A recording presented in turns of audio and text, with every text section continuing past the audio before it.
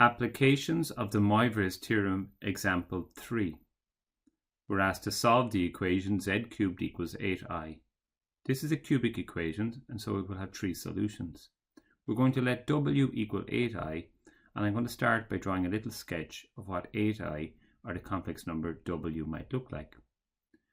We would imagine that it is all along the imaginary axis. That's where 8i goes.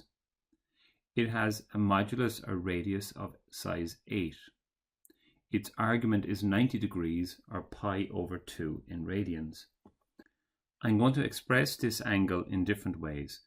Theta 1 with 1 revolution added to pi over 2, landing with the same position, would be 5 pi over 2.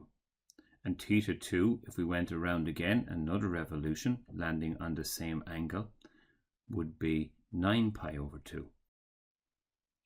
The reason we want to express this angle in 3 different ways is because we're looking for 3 solutions because it's a cubic equation. Let's write 8i in polar form. The modulus of w is 8. I'm going to call its angle theta w because we have 3 different numbers we might put in for its argument. We're given that z cubed is equal to w. If we cube root both sides, that tells us that z is equal to the cubed root of w, or w to the power of 1/3. So we could apply the Moivre's theorem to w to the power of 1/3. We know that a number raised to a power, what we do is we raise the modulus to the power and multiply the argument by the power. Therefore z, which is equal to w to the power of 1/3, we could apply the Moivre's theorem to this. So a to the power of 1/3 is 2, and our angle is going to be multiplied by 1/3.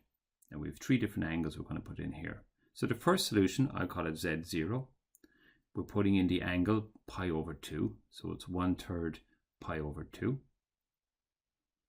When we do this, 1/3 of pi over 2 is pi over 6.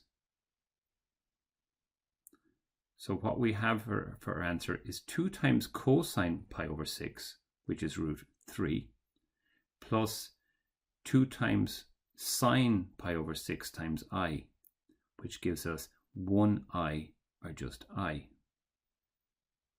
Our second solution, z1, is using the angle 5 pi over 2. So we're getting 1/3 of 5 pi over 2. 1/3 of 5 pi over 2 is 5 pi over 6.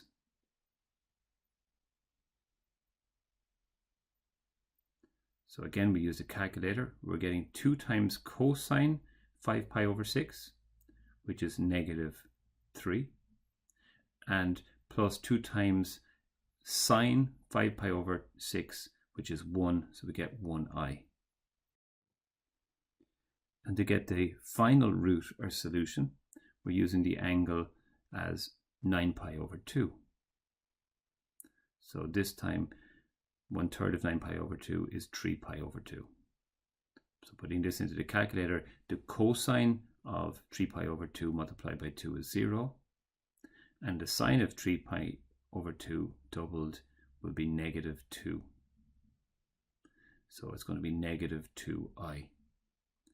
And these are our 3 solutions. Note 2 of them are conjugates of each other, and the other one we might have predicted that -2i multiplied by itself 3 times would give you +8i.